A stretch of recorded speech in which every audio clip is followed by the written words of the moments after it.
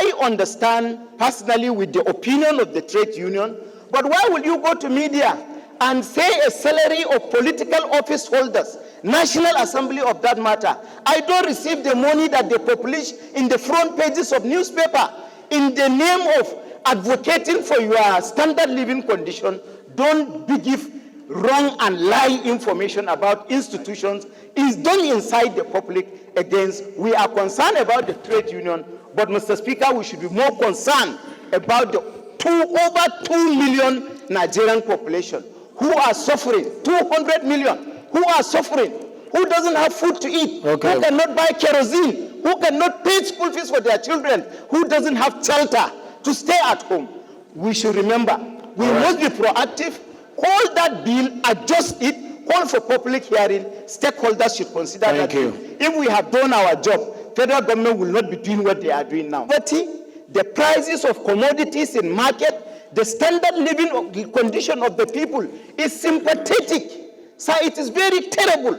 And here we are, fighting for trade union living condition. I agree, they constitute 13% of the population of this country. But go to equity with clean hands. Do not, in doing that, suffocate sectors like hospitals, where if it is not run, Nigerians will lose their lives. The primary responsibility of government is protecting the life and properties of its people. If the action of trade union, which is legitimate, negate those essential services, I don't think they will be doing fair to the people of this country. Madaki stopped. I will also want to say that if you read section 16, which he has espoused properly in conjunction with section 14, which is one of the most quoted sections of the Constitution in this House, which provides for security of the citizens and their welfare being the primary purpose of government. As usual, again, I will postulate, can we say that as a government, we have succeeded in carrying out that primary purpose of government? Have we provided security for Nigerians? Have we taken care of the welfare of Nigerians? The answer to the two questions is no. We have severally talked about security, including today. In fact, it's as if one Nigerian life today equals to 1 minute silence. Now we're coming to the issue of welfare. And for several years, Nigerian workers have been complaining and crying concerning the issue of salary. Who earns 50,000 in this country and you think that a person can truly depend on a salary? Let's not deceive ourselves. It is not possible. How much is house rent? How much is your transport fare to your office and back home? And so we expect a Nigerian worker to earn as low as that and continue to serve this country. Let us stop playing the ostrich. Let's be realistic. Let's carry out our role to provide for the welfare of the citizens of this country by providing living wage for the Nigerian worker. It's really unfortunate when you hear a government talking about minimum wage and shying away from living wage. This House has resolved in the past that there is urgent need for living wage to be considered for Nigerian workers. However, having said so clearly, I will join the mover of the motion to commend the Nigerian workers for shelving the strike in the interim and allowing an opportunity for discussions and reconciliations of these issues. Although we commend them for doing that, I will also use this opportunity to also say that sometimes when we embark on some of these actions, we should not overstep boundaries. The area of switching off power in the entire country as a way of protest should be condemned. It is not proper. It is not opposite. Who are you protecting? People are in the clinic. Some persons, their lives depended on power at that moment, and you switch off the national grid. that was going too far. Whilst you have a good cause, whilst you're on track, you also need to adopt a proper process and procedure in pursuing that cause. So I will urge this House to please, with the speed with which we pass the national anthem, that we should also recall the Minimum Wage Act, reconsider it, and with that same speed, pass that act and ensure that we give the Nigerian worker a living wage in that act. That is the only way we can show solidarity with the Nigerian workers. We have the powers to make laws. Let us make that law. Let us pass it with the speed of light and allow the executive arm to either implement, assent, or refuse to assent. Where the executive arm refuses to assent, I think that will be the first call on this House for us to override Mr. President and ensure that that Minimum Wage Act is passed into law. I will therefore urge us to please support this motion and also add that the Minimum Wage Act should be recalled and reconsidered with the speed of light. Thank you, Mr. Speaker. This is a very important motion. We are being faced as a country with the issue of insecurity, and then the next issue that is bedeviling Nigeria as a country, in my opinion, is that of corruption.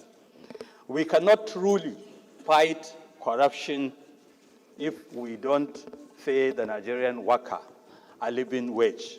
And asking for payment of living wage, which we have done variously in this House. If I could recall, about a month ago, the minority leader of the House, with myself and some other members, brought a motion on payment of living wage, not minimum wage. And I believe what we are asking is provided for in our Constitution. Mr. Speaker, I want us to look at Section 16, 2D of Nigerian Constitution.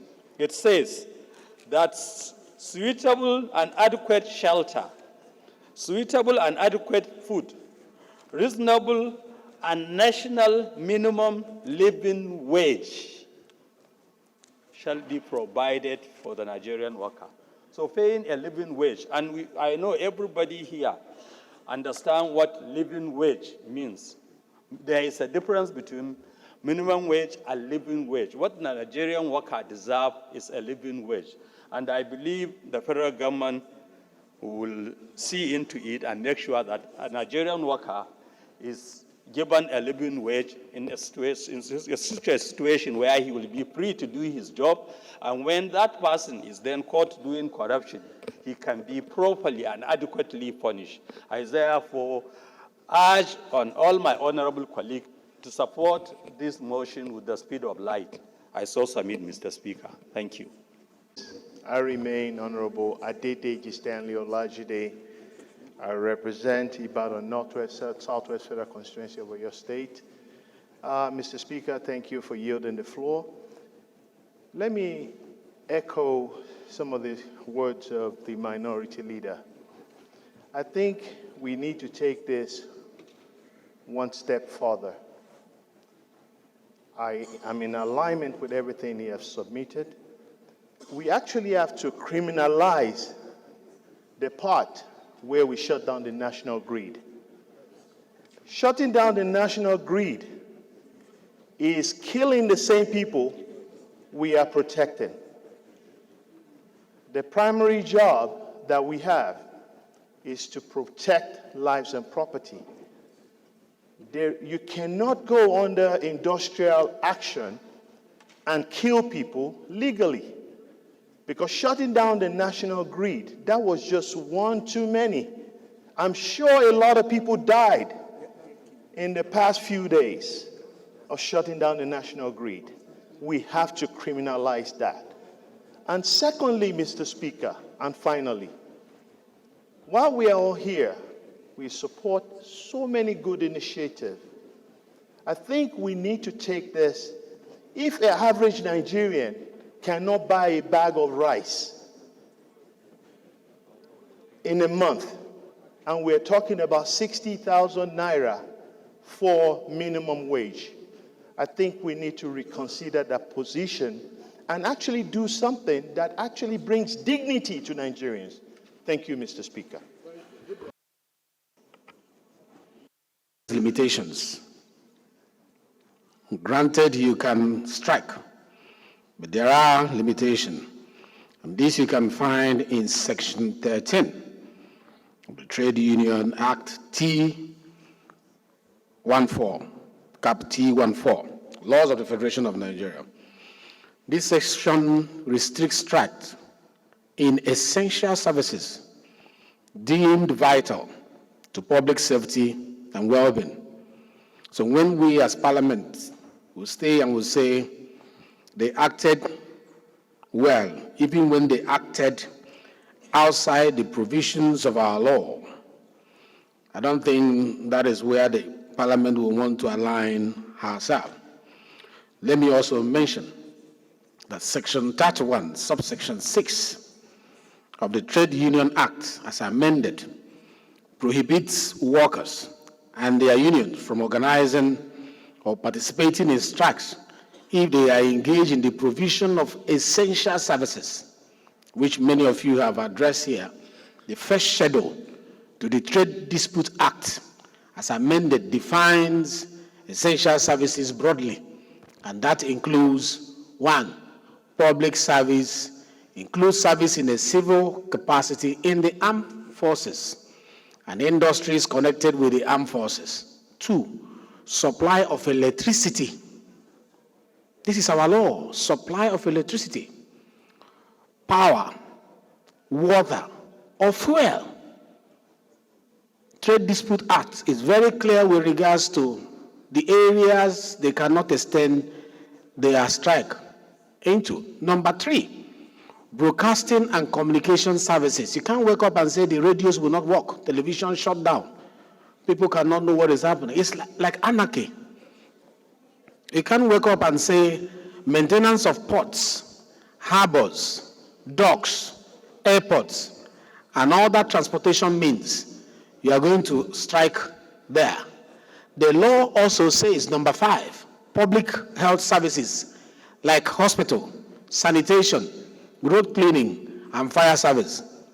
These are essential services that are critical to community well-being, and their disruption is seen as having harmful consequences. So the public interest is more important at all times and should not be interrupted. So this public interest at all times outweighs the right of the workers, because it's not every member of the public that is a public servant. So this is what we must debate.